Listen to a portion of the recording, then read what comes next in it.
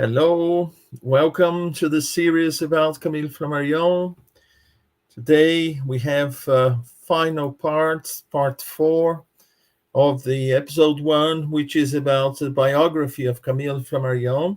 And again, we have the pleasure to call Charles to join us here in the studio. Hello, Charles.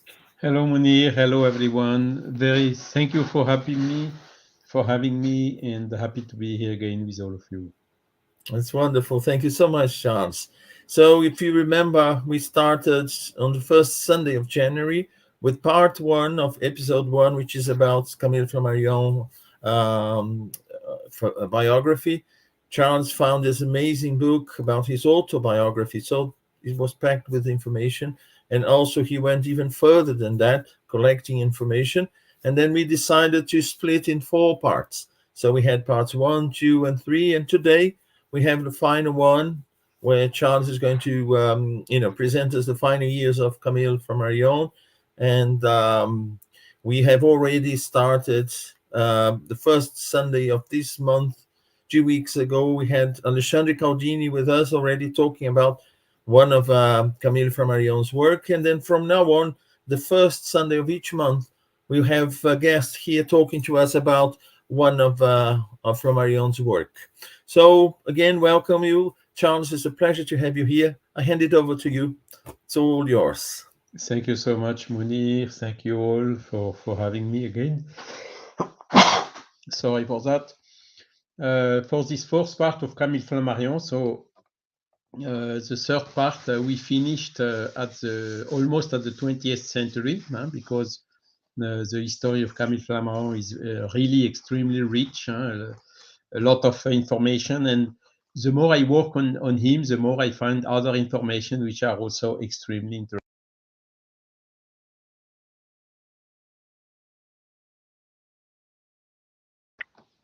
Okay, so last time, as I told, we finished around 1898, the change of the century. And by looking the paper I had, I found this letter, as you can see here. It's dated 10th of October, 1898. It's a letter he sent to Pierre Gaëtan Lemarie, who was the editor of the Spiritist magazine. And Camille Flammarion informed about the most recent edition of the book, the romance he wrote, which is called Lumen. And it's a new edition with very nice illustration from this Lucien Rudeau. Happily, I have one issue here with me, so you can see, sorry for the reflux, one of the illustration. And in the book, there are several other illustrations, which makes it a very, very nice book. I did not read it yet, but it's one book I'm really committed to read. And you see this letter is a paper from Observatoire de Juvisy, and here you see at night with the moon a picture of the Observatoire de Juvisy that I showed in the third part of the presentation, which was an old post office which has been donated to Camille Flammarion, who transformed it into an observatory. And he also took this opportunity to go and live in Juvisy-sur-Orge, which is a city about 30 kilometers away from Paris, or maybe a little bit more in the campaign. And that was coming a little bit closer to his origin, with a big garden around, where he made also these experiments about growing influence of different type of light of growing of plants. Okay. Here you have the list. I think I showed it. It's from 1900. You have the list of the books he wrote. So you see from the one I showed earlier, this is more complete, and classified by philosophical books, practical astronomical books, astronomic teachings books, general sciences, and varieties, literary varieties. Okay. And it is in 1898. I also showed you last time that he a little bit before he entered in contact with Charles Richet, Dr. Dariex, from this Society for Psychical Research here in France. And in 1898, he even organized in his home a number of sessions with the Italian medium, which was Zappia Palladino, who came to France. The experimenter paid really a lot of money for her. So you can see here some pictures taken at the home of Flammarion. And Flammarion caught her in the act of cheating. And it's distrusting Zappia at that time. She was not always cheating. Some of the phenomena are authentic, but since the money offered to her for producing the phenomenon was so high, unfortunately, it was a big temptation to make them work even when they don't work. And this did not pass through the vigilance of Camille Flammarion allowed to detect it. And it's a big distrust who came from him from previous experiences carried out with other mediums from whom he had detected fraud. And he's saying, I have seen with my own eyes, seen the photo prepared by Buguet. I showed you the picture already also in the part 3. Seen with my eyes scenes, Slade writing below the table on a hidden slate. So he has really caught several mediums, in fraud. And since he was making a lot of researches, participating in these psychical researches, he wrote this book, The Unknown and the Psychical Problems, in 1900. And since he also received a lot of letters with facts and phenomenon that the people sent to him, because he was known for doing these researches and also known as an astronomer. He had a lot of material first-hand material and elements of facts that he was gathering in these books. Here you see the index of this book, demonstrations of the dying, apparition, telepathy, psychic communication, mental suggestions, remote view, the world of dreams, divination and the futures. And in this book, he's presenting 76 cases.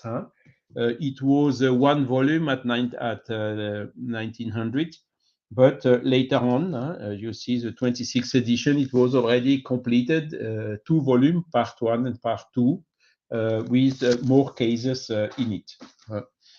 But I don't go further because I think that is one of the books that will be presented by another presenter in this Camille Flammarion series.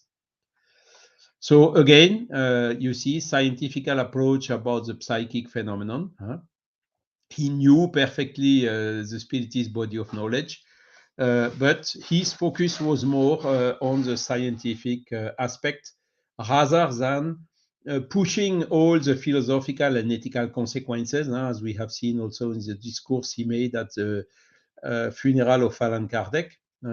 Nevertheless, admitting that the spiritist body of knowledge was still the best explanation for all these phenomena he gathered in the book.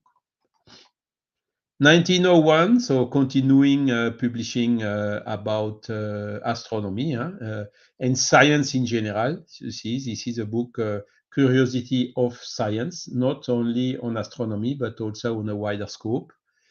1902, another example, he made a scientific note on the Pantheon pendulum. You know, this an experiment taken up in 1902 on behalf of the Astronomical Society of France by Mr. Camille Flammarion. And this pendulum is done by to put in evidence the Coriolis inertia forces, which are linked to the rotation of the Earth. So it's part of astronomy, and he made a notice about this that you can also find and download from the French National Library. Another particularity of Camille Flammarion, 1903, ladies' astronomy. So he was popularizing the astronomy, but also with a particular focus to ladies.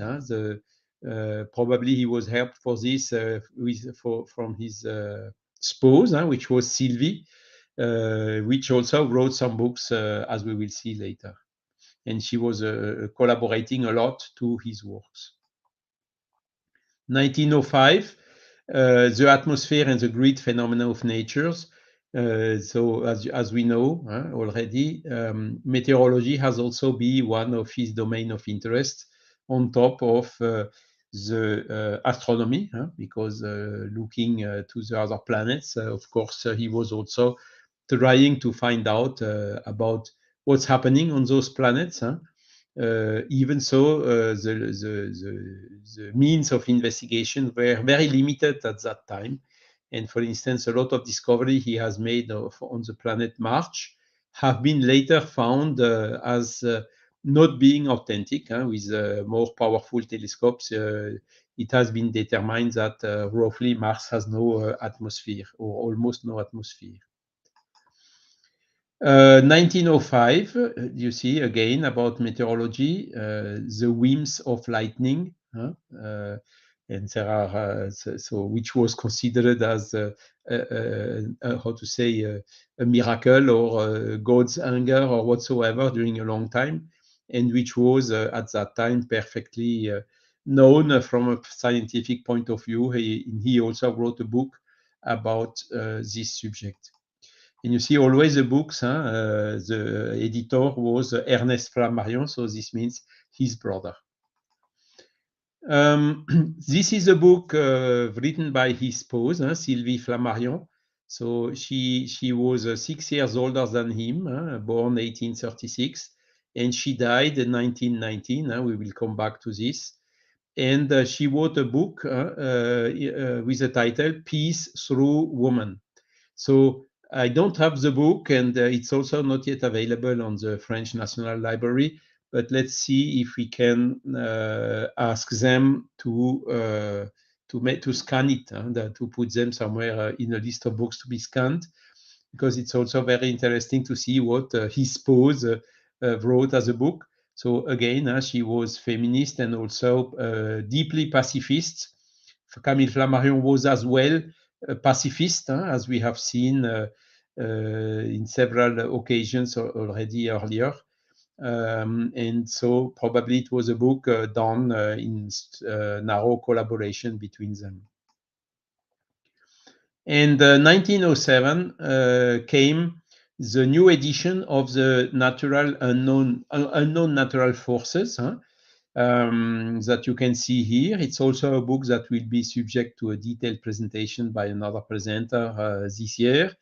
As you remember, as the first edition, I talked about it already, was 1866 by Didier, and it was 152 pages and signed with a pseudonym Hermès, because at that time it was to answer to the polemics after the Davenport brothers shows in Paris, and he's also reporting the experiences that happened in the with the emperor and the empress. So that is probably one of the main reasons why he signed it with a pseudonym. Nevertheless, the content has been then a lot extended for this new edition, which has been increased.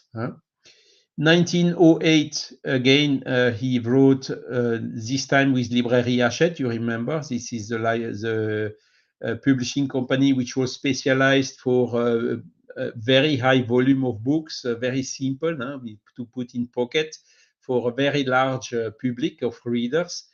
And here you see astronomical initiation. So it was really, again, a subject, astronomy for the beginners, or how to teach astronomy to my grandmother, or something like that, this style. Very simple, very accessible, and that he made in this collection of scientific initiations for the Librairie Hachette. This was 1908. 1911, Camille Flammarion got a scientific jubilee, so he has been recognized some prizes from France. Also, the year after, he was officer in the Légion of Honor, Légion d'honneur in French, for his works to popularize astronomy. Previously, he was Knight of the Legion of Honor on January 1881, so you can see something like 20 years before. And later, he had the highest grade, which was Commander of the Legion of Honor, and that was granted to him 12th of August 1922. Okay. Continuing, this is the famous book that Munir mentioned at the beginning. This is his own autobiography. It has been published in 1912. It covers his biography from his birth until 1870. Unfortunately, he announced that he would make a complement, but he never did it. So all this part after 1870, we have much less details about his information. And this book about the beginning of his biography is still here available and full of very interesting information that I mostly presented in the first two parts of these presentations. 1930, for the bicentenary of Diderot, he wrote also a book dedicated to Diderot. It was in a review, but it's also in a magazine, but it's also been in the French National Library. And voilà, so it's also part of what he liked a lot, the history of science. I'm not showing here also all the articles he published in this Annales des Sciences Psychiques, these psychical magazines, but which are also a lot. This is a complement I still have to do once to show you also how much articles, what was his production in these psychical researches. 1914, it was World War I, so it was very difficult period in France. Camille Flammarion took refuge in Arcachon, so more south of France, and then in Cherbourg, which, by the way, was not so protected, but nevertheless out of Paris during a certain time. So he and his spouse that you can see here in the pictures were pacifist, and they really did not want to be at the center of the conflict, to participate to it. After the First World War, then this is really the period where he devoted himself much more to the spiritualist questions than to sciences. He continued also the scientific magazines he was publishing, but his focus changed. His focus was more oriented to the psychical researches that he started at the end of the 19th century. Okay, and his spouse died 23rd of February 1919, Sylvie Flammarion, born 1836 and she died 1919 from Spanish flu. Sorry. So she died, as you can see, with 82 years old, and it was in Juvisy, where there was this observatory and where they were living. These pictures probably have been taken in the garden of his property in Juvisy.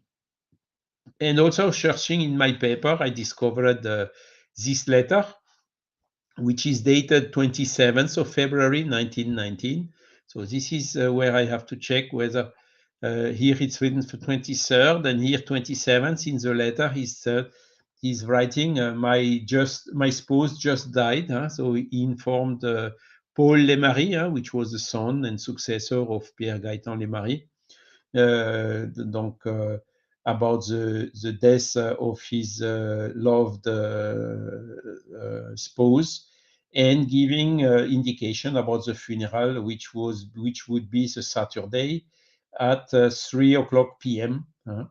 and she has been buried in a tomb which is also in the garden in Juvisy. Voilà. Again, looking for the old papers, I found this picture where you see there is his signature, Camille Flammarion, and this picture was in October 1919, sorry. And in September, so the same year where Sylvie died, he ended up marrying with his assistant, which was Gabrielle Renaudot. She was also had also a bachelor degree and was author of numerous scientific communication. And he knew her since a long time, since 1893. But she was much younger. She died only in 1962, and she has worked until 1962 for the dissemination of Camille Flammarion's work, maintaining the observatory in Juvisy as much as she could, publishing also the annuary of astronomical events, as I have presented already. So she made also gave a big continuation to his works. And here you see 1919, so he was already 77 years old. I found this picture and another one. This picture is from October 1919, and this one is there is nothing written, but it's also October 1919 because we see exactly the same shape, the paper in the same order on his desk and so on. So obviously it's a picture taken the same day.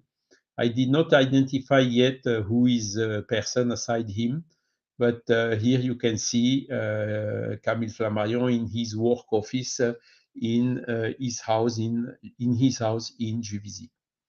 Okay.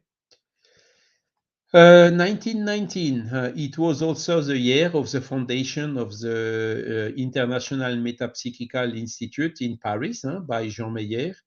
This Institut Métapsychique International still is existing today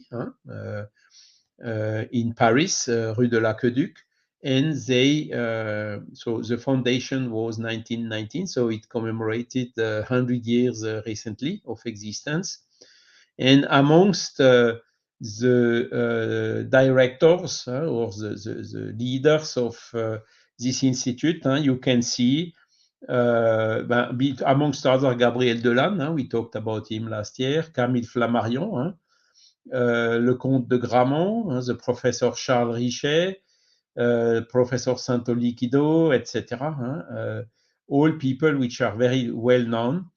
And this institute has been declared as d'utilité publique in French, so means recognized as useful by the government. So this gives the right to receive donations or legs, which was necessary in order to finance all the researches that was being done in the institute. And Camille Flammarion was one of the directors. And this is then, as I wrote, Camille Flammarion dedicated the end of his life more specifically to the psychical researchers. And this is also where he wrote this last series of books.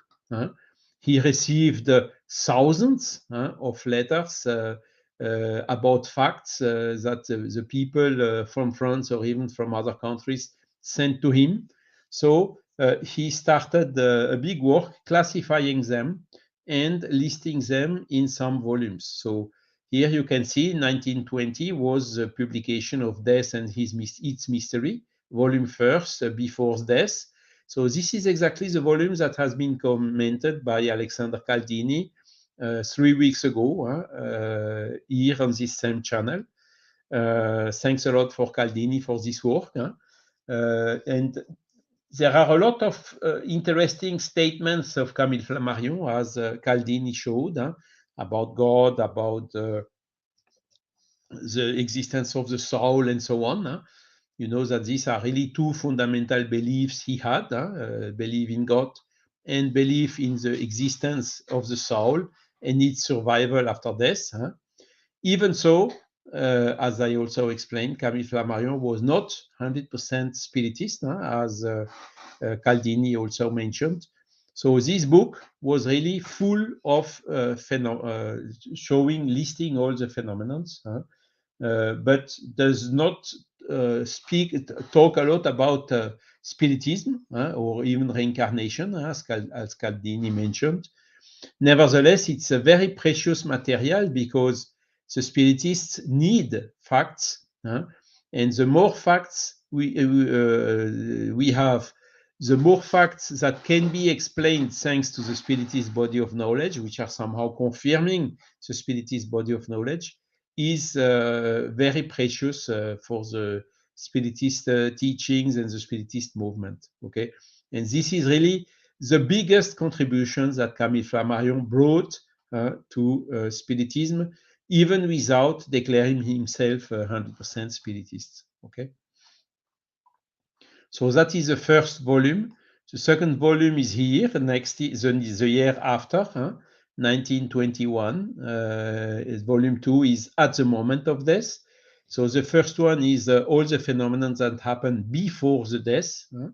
This one is exactly when the people are at the moment of death, so dying, with some parallel with a near-death experience, which was not so developed at that time because reanimation technique of medicine were not so developed as today. So there were some cases, but much less than today.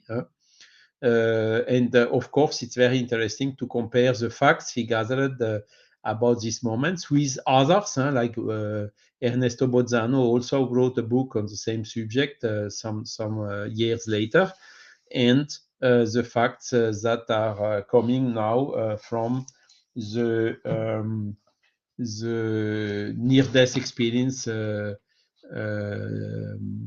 experiencer statements, which are extremely numerous nowadays. And the third volume is here, after death. So proof of evidence coming after the death of a person, showing then the survival.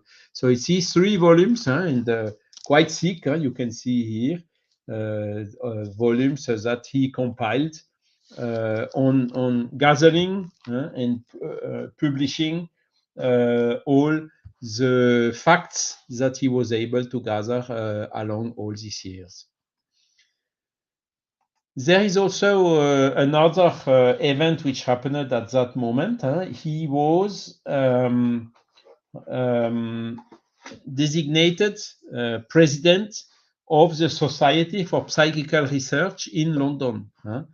And he has then, at that opportunity in 1923, made a speech. And this speech has been published by Jean Meyer, the Edition Jean Meyer. It's a book that you can see here, where giving in French his speech at that opportunity. So he was the third French president of the Society for Psychical Research at that time. The first one was Charles Richet, if I'm not mistaken. The second one was Bergson, the famous French philosopher. And the third one was in 1923, Camille Flammarion. Okay. And in this book, Jean Meyer published also the mediumistic essay called General Uranography. So he probably made it in accordance with Camille Flammarion himself. You know that Camille Flammarion expressed some doubts about the mediumistic origin of these communications. And Jean Meyer got the agreement of Camille Flammarion to republish them in 1923. So this shows clearly that when Camille Flammarion got older after the Second World War, that is really where he went much closer to the Spiritist movement and the Spiritist body of knowledge. It's the best books of Camille Flammarion concerning the Spiritist movement are this series that I'm just showing that he wrote already in the 1920s. And another one, which is a complement to the Death and His Mysteries, is the haunted houses, which is also very well known. And he gathered in this last one also all the facts. He published all the facts here that he managed to gather on this specific question. All these books again published by his brother Ernest Flammarion, and they are quite easy to find because there were a lot of in the old book stores, because there had been a lot of prints and reprints, a lot of editions. So luckily they are quite easy to find, and we have also digitalized them and put them available into the Spiritist Encyclopedia. I remember Encyclopédie Spirit, www.spiritism in French with a E behind, .net, N-E-T. And there you can download all these books in French for free. That is not the last book he wrote, because he wrote another one, which is this one, again published by Librairie des Sciences Psychiques, by Jean Meyer, who was a very close friend of Camille Flammarion. It's a book about the death. What is the death, according to Camille Flammarion? And this book is also containing forward and also a letter from Jean Meyer to Camille Flammarion, showing then the narrow contact they have. Remembering Jean Meyer was, how to say, a Swiss guy who installed and made won a lot of money in France and dedicated a lot of money. He was founding the Metapsychical Institute in Paris, building them a house that they had used to make their headquarters and experiments. And he also offered to the Spiritists the famous Maison des Spirites, which was a permanent also headquarter in Paris. Unfortunately, the Maison des Spirites has been sold when Hubert Forestier died in 1972. But the Metapsychical Institute is not more in that same house, but they still have also own premises in Paris, Rue de l'Aqueduc, nearby Gare de l'Est and Gare du Nord in Paris. That's it. Here I have a same gathered also the list of books he has written. So you see, it's a little bit more extended compared with the one I showed you, which was from 1900. This one is from 1925. So he really wrote a lot of books in his career about several different subjects. Last but not least, Camille Flammarion died in June 3rd, 1925, with 83 years old, in his office, working office, and he has been struck by a heart attack, a little bit like Kardec. So he died standing, and he has been buried 3 days later in the park of the Juvisy-sur-Orge Observatory, alongside his first wife, Sylvie Petiot, who, as we have seen, died 6 years before him. Okay. Voilà. So that is, in short, his career. So let's see now some opinions he expressed. This one is about free will and fatality. So he started writing. Laplace said in his philosophical essay on probabilities that everything is held in the smallest events as well as in the largest, and that the freest will does not act without a determining motive. It is an illusion of our mind to think that it exercises freely by itself. The future, he adds, Laplace, is determined by the causes which bring it about, and he who knew these causes would know the future as well as the past. So here you can see the clear deterministic opinion everything that happens to us is according to this fatality. So we are like some kind of programmed machines or animals or whatever. That is the opinion of Laplace about the free will. So Laplace was clearly denying the free will. And Flammarion is answering, I admit, however, that I'm not absolutely of Laplace's opinion. So he's not absolutely not of his opinion. We feel within ourselves a certain faculty of thinking and acting, of extending our arm, for example, in front of us or to the right or to the left or otherwise. The learned mathematician does not prove to us by any argument that this ultimate feeling is an illusion, as he asserts, and not a reality.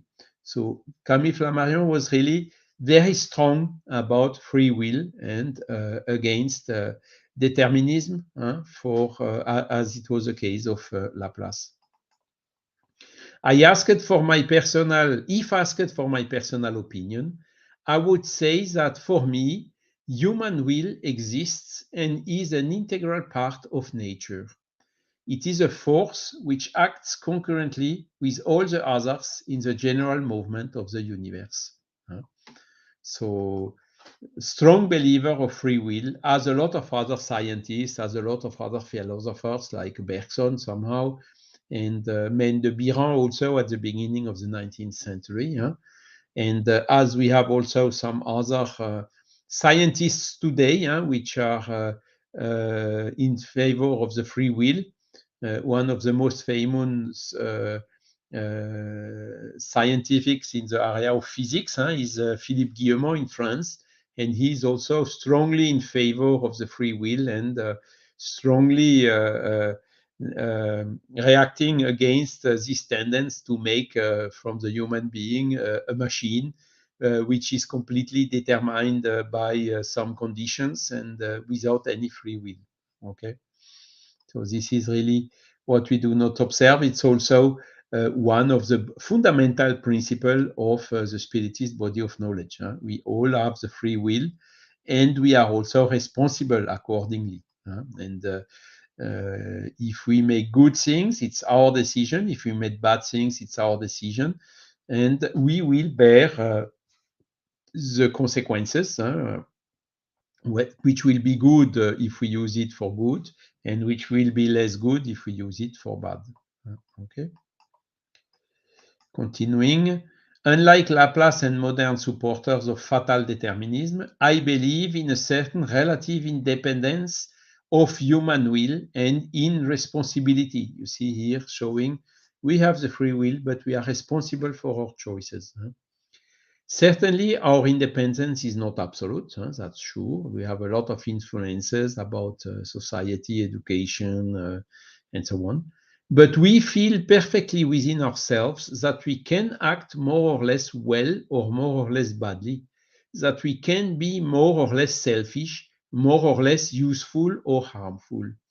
And this is fundamental because if you say we are a machine, okay, if tomorrow I go and kill someone, I will say, it's the machine which is badly programmed. It's not my responsibility. You see immediately the consequences of the determinism, which is dramatic and also, how to say, wiping every type of responsibility. And here is clearly we can be more or less selfish, more or less useful or harmful, or we can act more or less well, more or less badly. This is exactly our choice, and it's not by chance that we are acting in this or in that way. Okay, the mind exists in itself. Feeling is part of the mind. The determinism comes mostly associated with the materialist paradigm, which is denying the existence of the soul and its even more its survival. And Flammarion, as you know now, from the beginning, I'm telling that he was following a spiritualist paradigm, so advocating that in human being and everything which is living, there is a soul, there is a spiritual principle. Okay, And this is then helping him for coming to these conclusions. Okay. Another small, voilà, what is the Flammarion's paradigm? Huh? Again, coming from him directly. I did not lose sight of the circumstances which were offered to me to develop in journal articles the thesis supported by my work, God in Nature. God in Nature, the book we talked about already, which has been written in the 19th century. It's one of the first books he has written. Proving the existence of an organizing spirit manifested in the entire universe. So now science is slowly but surely, and very slowly even, to these same evidences that if we make a probabilistic calculation about the creation of the universe, a Big Bang, this very high order that must have existed at that time in order to have the universe as it is now. And also some other questions like how did the life appear on Earth? The probabilistic calculation shows that the probability is nil, or it's 10 elevated at minus 100 or something like that, which is extremely low number, and showing that the apparition of life cannot come by chance. It's not the probability being nil.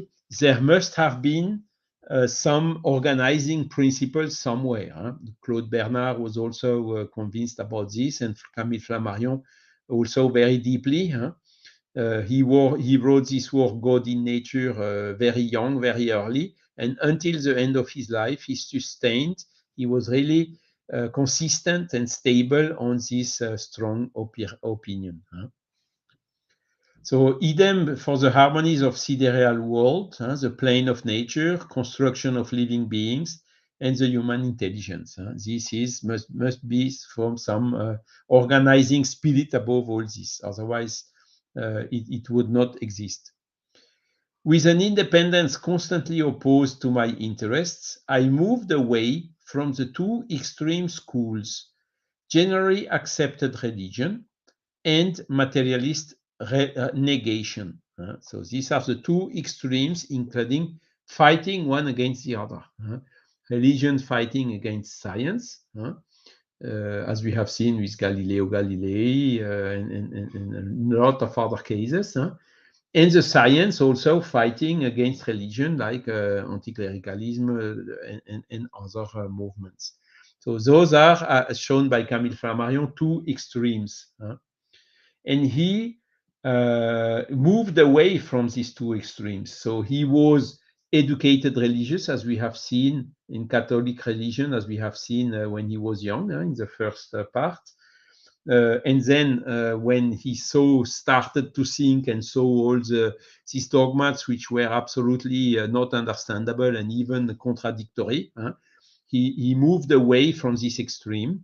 He came to science, where it was pushing him to the other extreme, but he was also he stayed always to seek in rational philosophy, standing equidistant from these extremes, the glimmers of truth brought by the torch positive science.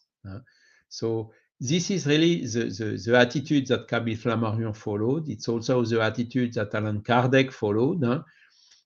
Science is one extreme, religion is the other. What is the best of each one? Okay, the method from science and the moral laws from religions. Let's combine both in something new, which is Spiritism. So you see, Camille Flammarion had a kind of a similar position, refusing to fall into one of these extremes. And this is really something very important in the world nowadays. We can see in a lot of countries a huge polarization of the opinion of the people. We can see that not only in Brazil, where you have really extreme right against extreme left, but we have some similar situation even in the United States. And here in France as well, in Europe, you have also very hard opinions of the people going always to the extremes, whilst we know that the right things are always in the middle. This attitude to taking on both extremes, there are good ideas and good principles. And what we really should do is take the best from each side and combine them in something which is more neutral, which is less extremist. And this is what would give the best results. And this is the path that Camille Flammarion has followed all along his life. Opinion about evolution and plurality of inhabited worlds. If the intellectual world and the physical world form an absolute unity, intellectual means spiritual, and all of the sidereal humanities from a progressive series of thinking beings, so it's a plurality of inhabited world also at several different degrees. More evolved planets, the Earth, which is one of the, let's say, 2 of 10, and there are even primitive world, like the Earth was some 10,000 years ago. So he's clearly admitting also this. From the lower intelligence barely emerging from the swaddling clothes of matter, to the divine powers who can contemplate God in his glory and understand his most sublime works, everything is explained and everything is harmonized. Early humanity finds its place in the lower degrees of this vast hierarchy, and the unity of the divine plan is established. So clearly, Camille Flammarion was in favor of the plurality of inhabited worlds and also the evolution by the spirits evolving from one world to the other. Okay, so this is totally in line with the Spiritist body of knowledge. This is another statistics I found from another researchers. There is a non-profit organization of the Friends of Camille Flammarion still existing today, and that I shall visit also very soon. And he's writing, he's indeed a man of the 19th century, although he lived 25 years in the 20th century, so 1/4 of the century. He made a statistic about how many pages he wrote. So 29,000 pages. I showed you the encyclopedia, all these books and so on, the magazines, the reviews, the annuary and so on. So the guy counted 29,000 pages. So this shows the extent of the literature production by Camille Flammarion. But this guy is also saying his epistemological approach is not that of an academic, yet he knew how to arouse the curiosity of a vast public about the sciences and of the universe, as evidenced by his numerous books published in several languages, including Russian and Chinese. So the translation of the book of Camille Flammarion are indeed extremely vast. There are a lot of languages, and not only Spanish, Portuguese, but also or English. You can see Russian and Chinese. So he was not really this scientific guy focusing only on science. As we have seen, he was more for popularizing the science. Nevertheless, he made a lot of researches himself in his observatory in Juvisy with a lot of collaborators, as we have seen. Even the growth of plants depending on the nature of light which is coming to them, where it's the red part or the ultraviolet part or whatever. So he published a full report on these researches together with his spouse. So he made researches, but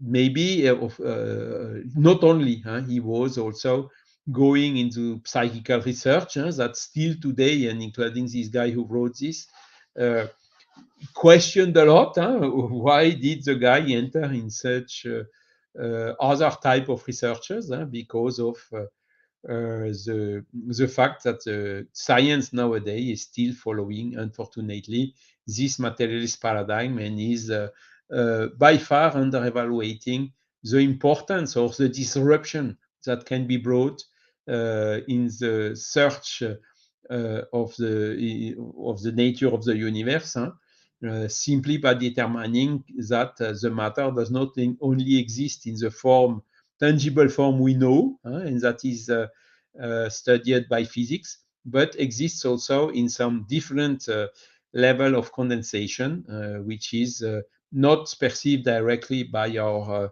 five senses, and which is today not almost not studied at all by science. But it is starting, and hopefully this will be the next scientific revolution according to the definition of Thomas Kuhn, who has written this, who was a specialist in this epistemology, what is science and how science is evolving, giving the example of the change, the scientific revolution brought by Albert Einstein,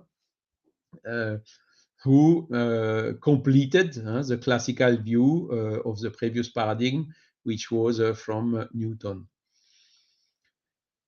Interestingly, so let's hope that the next scientific revolution will be to there is only matter, tangible matter, to there is much more than tangible matter.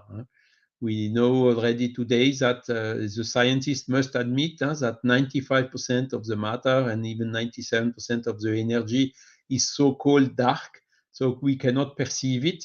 So all our theories of physics is covering only 3% of the energy and 5% of the matter that exists in the universe. So this is clearly an anomaly that may be solved only through a revolution of paradigm. And let's hope this revolution of paradigm will enter in this new concept by shifting to a spiritualist paradigm. And talking about Einstein, interestingly, I found also an article that Camille Flammarion published in the journal L'Astronomie, volume 34 from 1920, where Camille Flammarion commented the Newtonian attraction and Einstein's theory. So he was exactly commenting this change of paradigm from the classical mechanics to the relativistic theory. And just to remember, at that time, this even though the first publication from Einstein about it is 1905, this Einstein theory was still under heavy discussion and has been admitted and started to be taught in the universities around the world only around the 1920s. So it took something like 15 years to be recognized. So interestingly, in this context, is to see what did Camille Flammarion think about this Einstein's theory. So Camille Flammarion is starting his article. Yes, sorry, it's in Latin at the beginning, about like this. Many will pass and science will increase. So it's a translation of this Latin sentence. Wrote Francois Bacon. From century to century, science is transformed and it will always progress. So this, he was clearly also advocating the science will also progress. Remember that Laplace, that we talked about the determinism, he was saying at a given point in time, the scientist movement, science is finished. We have discovered everything about science. There is nothing more to discover. So you see, Camille Flammarion was totally of the opposite opinion. And this new paradigm, which was brought by Albert Einstein, showed clearly that Laplace was extremely wrong, mistaken to pretend that science was finished. And Flammarion, on the other side, was writing exactly the opposite. Science will always progress. The reason is very simple. The essence of things is unknown to us. And the essence of things, clearly, he's writing, all our knowledge is only an interpretation of phenomena. The absolute remains secret to us. Our earthly senses only let us see appearances. So this is clearly, for instance, what is we talked about Newton, huh? The sun and the earth are attracting themselves. It's a law of gravity. We know exactly that this force is a constant of gravity, that mass 1 times mass 2 divided by the distance between both at square. So we know exactly the law of this force, which enables to calculate the trajectory of the earth around the sun and so on. So we know perfectly how it was. But okay, but where is the rope? Where is the elastic binding both? Where is, or even the graviton particle? We don't know what it is, the universal attraction. We know the law, but we don't know the intrinsic nature, the absolute. And so Camille Flammarion is absolutely right in this.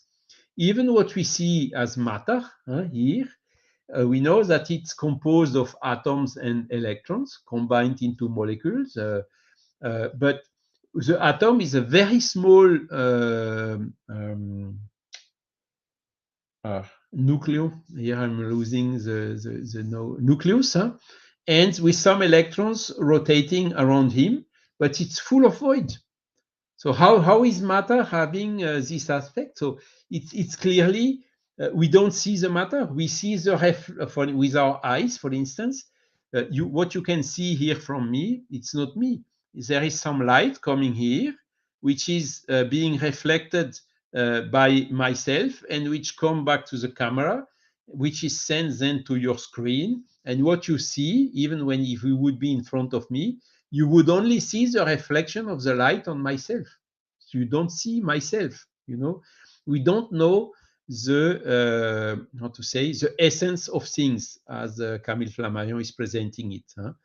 So he was, you see, until the end, until 1920, staying very humble and totally admitting the evolution of science. And what Einstein brought was the evolution of science. So he made clear at the beginning of the article, he was not against that, at the opposite. What is universal gravitation described by Newton? What is light? The classical theory currently taught admits that space is filled by the ether and that light is a wave movement in the ether comparable to the ripples that occur in a body of water into which a stone has been thrown, a wave. Wavelengths are even measured from the light. Newton brought, on the contrary, that light represents an emission of particles launched from the sun and the stars, and the first question of his optics is, do bodies act on a light at a distance and deflect its rays? So you see, the question of Newton, which by if you know the relativity theory of Einstein, was very already in this way. Today, the physics admits that the light is both. It can be seen as a particle and as a wave. The particle is a photon, and it can be seen also as a wave. And this is, by the way, true also for the other particles like electron. Is this a duality between wave and particle, which has been established more or less in this 1920s by the quantum mechanics specialist, amongst others. These are two opposing theories. You see, this was his opinion at that time. In fact, it has been then combined at the end. It can be one or the other, both of which can be supported. And the pressure of sunlight on comets, which produces cometary tails always facing away from the sun, and other observations support the Newtonian idea. However, today it turns out that a Swiss physicist already famous for his much discussed theory of relativity, Mr. Albert Einstein, presents a new theory which differs significantly from the two previous ones. First of all, for this philosopher, space is not absolute but relative, and what is more, linked to time. This famous four-dimensional space-time in which we are living. Time becomes a fourth dimension of space. This conception seems new to most of the writers currently discussing this physical and metaphysical revolution. So he saw it already as a revolution of paradigm. I admit for my part that I don't understand it. So you see here Camille Flammarion admits I don't understand the relativity. So he has a humility to declare uh, I don't understand. I looked at it, I thought about it, but I don't understand. Even in some way, I don't agree with it. So if we would have left a little bit more time to Camille Flammarion, or maybe if he would have been a little bit younger, maybe he had understood it as most of the scientists or all the scientists and even people in the school are understanding it today.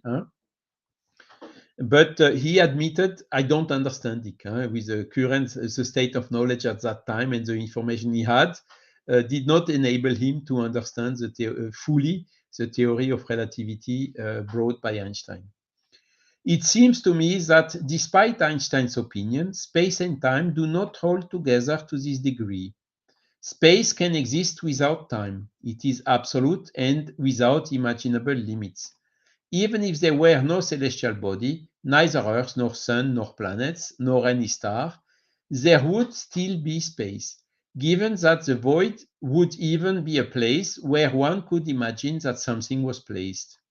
While time is essentially relative, being a product of the movement of the stars. And by the way, the day is divided, is one rotation of the Earth, and the year is one rotation of the Earth around the Sun. This is how the time has been defined in our conceptions. This is probably what Camille Flammarion is mentioning here. If the Earth did not rotate, if no stars moved, if there were no succession of phenomena, there would be no time. So this is a statement which is, I would say, a little bit audacious, and which has somehow proven to be false, because space-time is now fully recognized by Einstein. And that was exactly the point where he had difficulties in understanding at that moment. In absolute space, time does not exist. Space exists by itself. Time is created by movement. But Einstein goes further. He asserts that ultimately, if there is no distinction between natural and artificial gravitation, Newton's gravitational force is an illusion.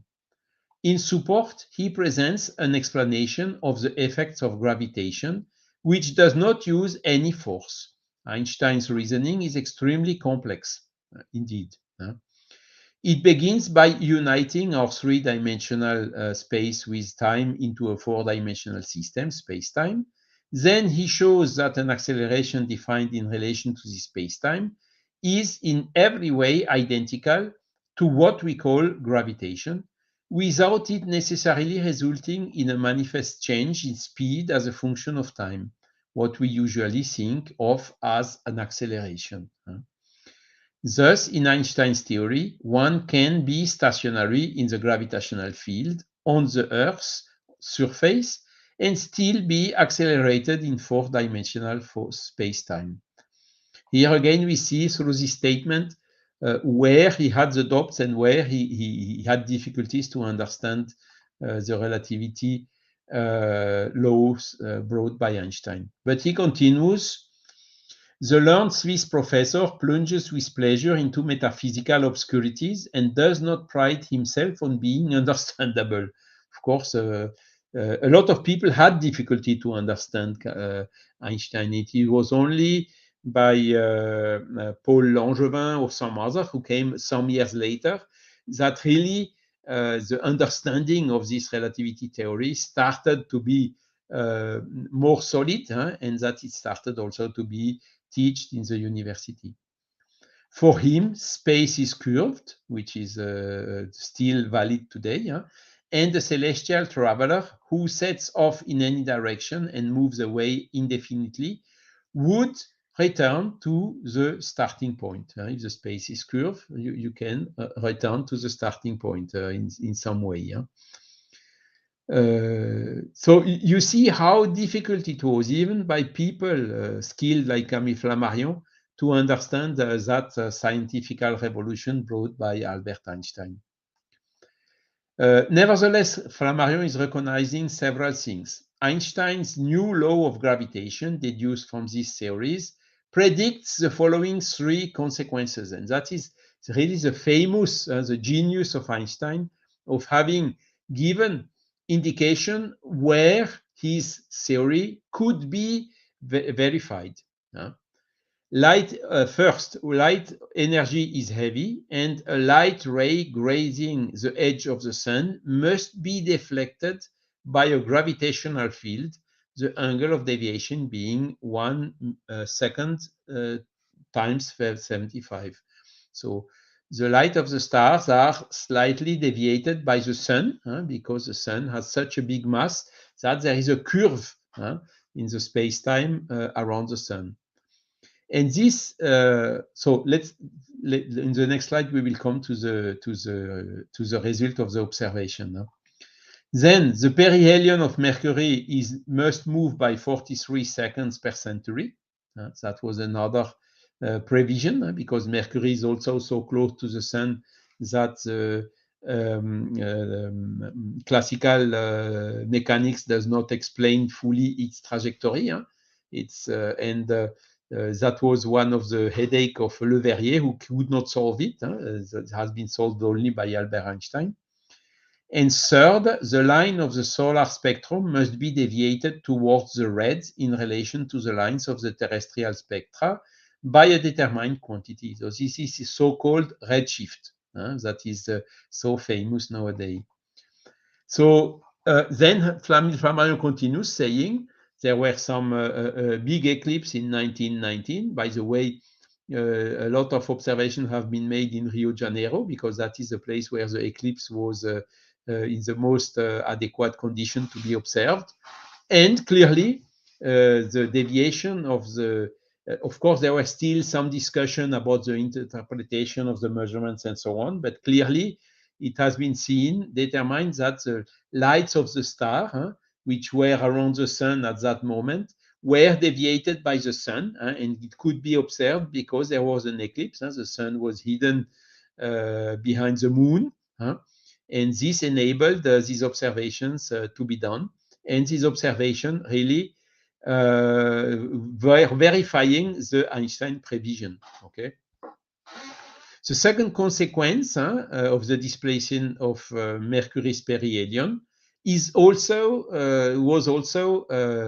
confirmed with the relativity theory. And the third, that of the shift of the spectrum lines is not verified. So that was a statement of Flammarion at that time. But of course, in the meantime, in the interval, the redshift has been largely confirmed by science. So you can see here what was the reaction of Camille Flammarion in front of this relativity law at the beginning. So I will accelerate a little bit because the time is flying. Those who have studied psychic phenomena know that matter and energy are intimately associated. This is all about relativity.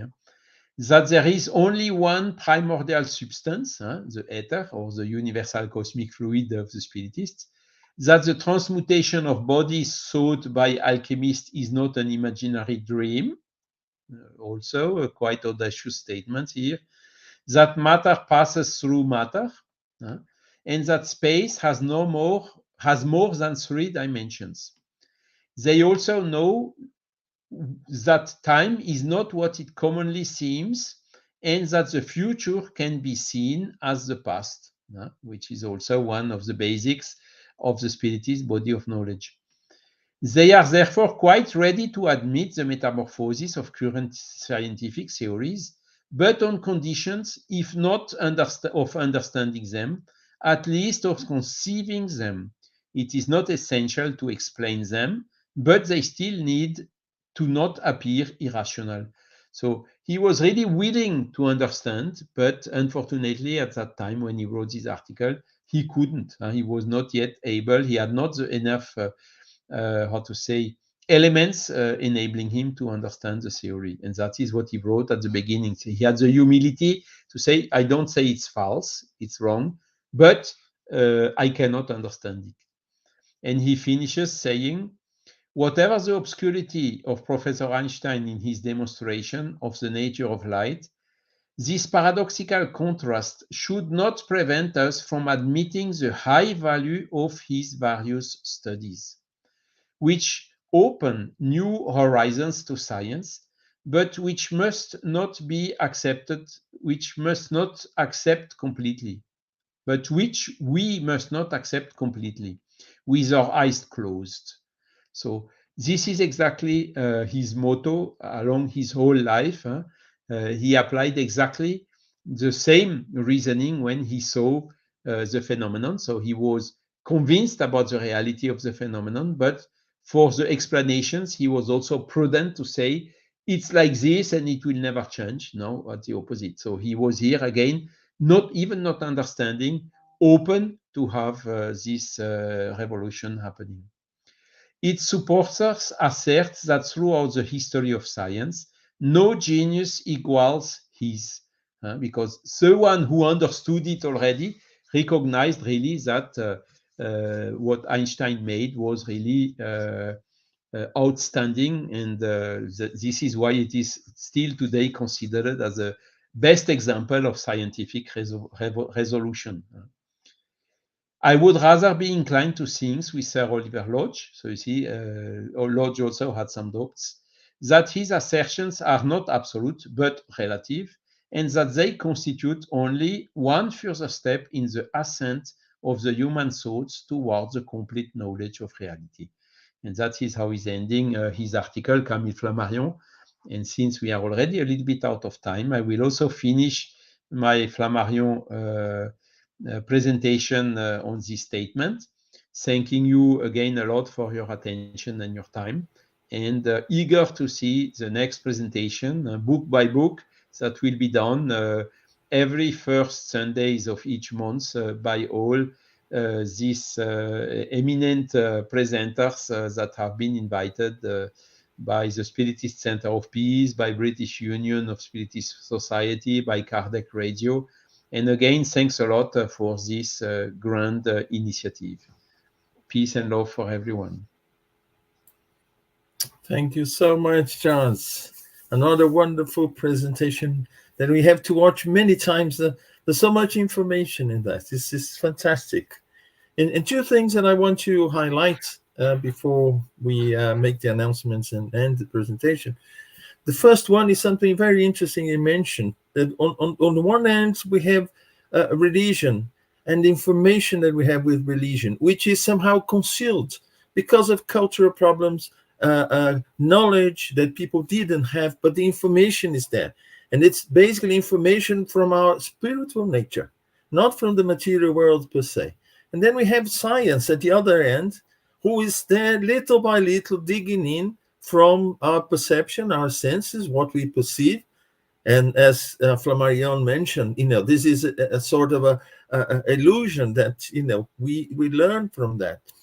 But I think the key aspect in that is to merge the scientific methodology, procedure, with the knowledge that is concealed and is there, the information, within religions, at least the religions with a tradition and so on.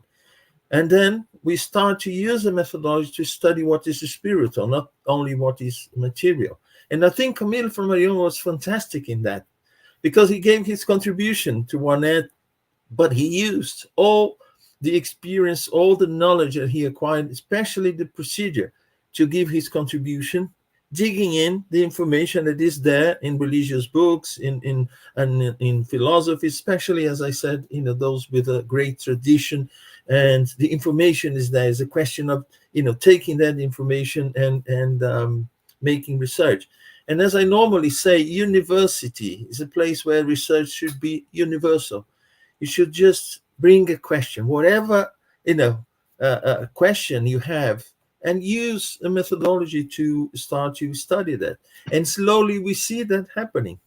As we advance on one end, we advance on the other as well. And the two one day will meet halfway through it, as you mentioned before. And just a second comment. In 1919, Einstein, he came with a group of scientists. They went to the northeast of Brazil, to Sobral in Ceará, northeast of the country. And there was a rival group from British scientists. They went to the north of Africa. The problem is the weather in the north of Africa wasn't good. And for, Einstein's luck, in Brazil, the weather was very nice. So they managed to observe the stars during the day and at night. Whereas this other group, they had problems with the weather and partially covered and so on. And he came again, I think 24, if I'm not mistaken, 1924, to do more research. That was when actually he proved the curvature, of the light going past, a celestial body and then diverting it, which actually proved that he was right in his idea of gravitation and the effect in light. It was very, very interesting. Wonderful. It's a shame that we've run out of time. We could go on for hours, and you mentioned so many interesting things.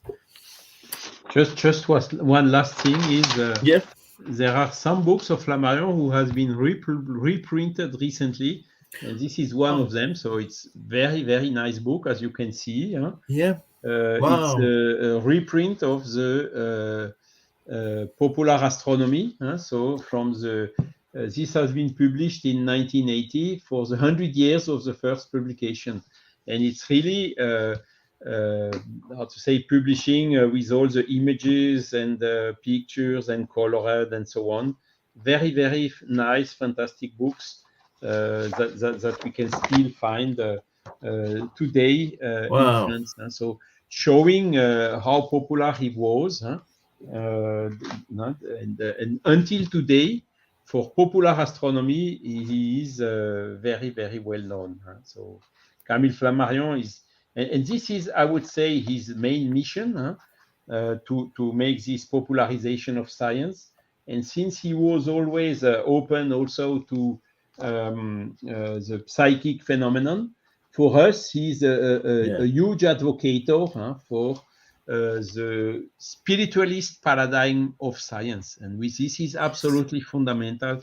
It is the fundamental change we need today. So Camille Flammarion was a front runner together with Kardec on this change of paradigm. And that is, I would say, the huge contribution he brought to this change of paradigm in the world. So, and that is why he is considered wrongly as a spiritist, because he was not truly spiritist. I have explained. He had some doubts. He recognized that the spiritist explanation was the best one, but he still was prudent, saying, don't go too quick. Establish first but also, as we have seen in the discourse, recognizing that it was good that Kardec went until the last consequences. Otherwise, the spiritist body of knowledge would not be what it is. And if Kardec would have waited the confirmation of science, that we still today are waiting, more than 160 years after, we would not have the spiritist body of knowledge as we have it today. That's it. That's really wonderful. Thank you ever so much, Charles. It's good now that we have these 4 parts, and people can basically study. Since we don't have the translation of the autobiography, you came with all this information, your research, which is so valuable, so much information that I didn't know, and then we can, pick up something that you mentioned there and perhaps find more information to study that, because indeed Camille Flammarion gave a tremendous contribution.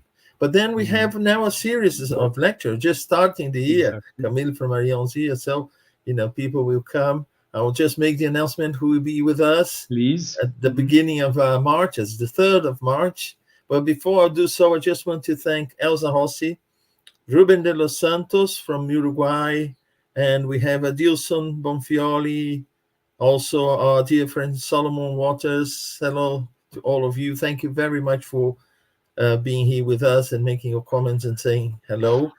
So let me just make the announcement. So first, this series is organized by Peace, the Spiritist Center for Peace, and also sponsored by the British Union of Spiritist Society, BUS, Kardec Radio, and also supported by the Irish Spiritist Federation. Next month, the 3rd of March, we have here with us our dear friend Dr. Vanessa Anceloni from the Spiritist Society of Virginia, United States. She'll be talking to us about the mysterious psychic forces, an account of the author's investigations in psychical research, together with those of other European savants. So it's going to be a Sunday, 3rd of March, 7 p.m. London time, Greenwich Meridian time. So I hope that you all join us in one more talk about our dear friend Camille Flammarion. And just to let you know that the Spiritist Center for Peace holds studies on Wednesdays, 12 noon London time. We study on Wednesdays Heaven and Hell, the book by Allan Kardec, and also the Gospel according to Spiritism. So everyone is welcome to join us. You have here, we use Zoom, and you have here the code and the passwords to join us. Everyone is welcome. We also have the study of the medium's book in English on Saturdays, coordinated by Guilherme Dias, Charles Kempf, and myself. It's 10:30 a.m. UK time, London time. And again, you have here the code and the password to join us. Most welcome to be with us. And finally, we want to thank Kardec Radio for allowing us to use the StreamYard studio to make possible all these talks and also these series and bring you this information. So thank you very much to Kardec Radio. And that's it. Thank you very much, Charles. I hope to see you all on the 3rd of March, 7 p.m. London time. And for now, bye-bye. Thank you. Thank you very much indeed. God bless. Bye-bye.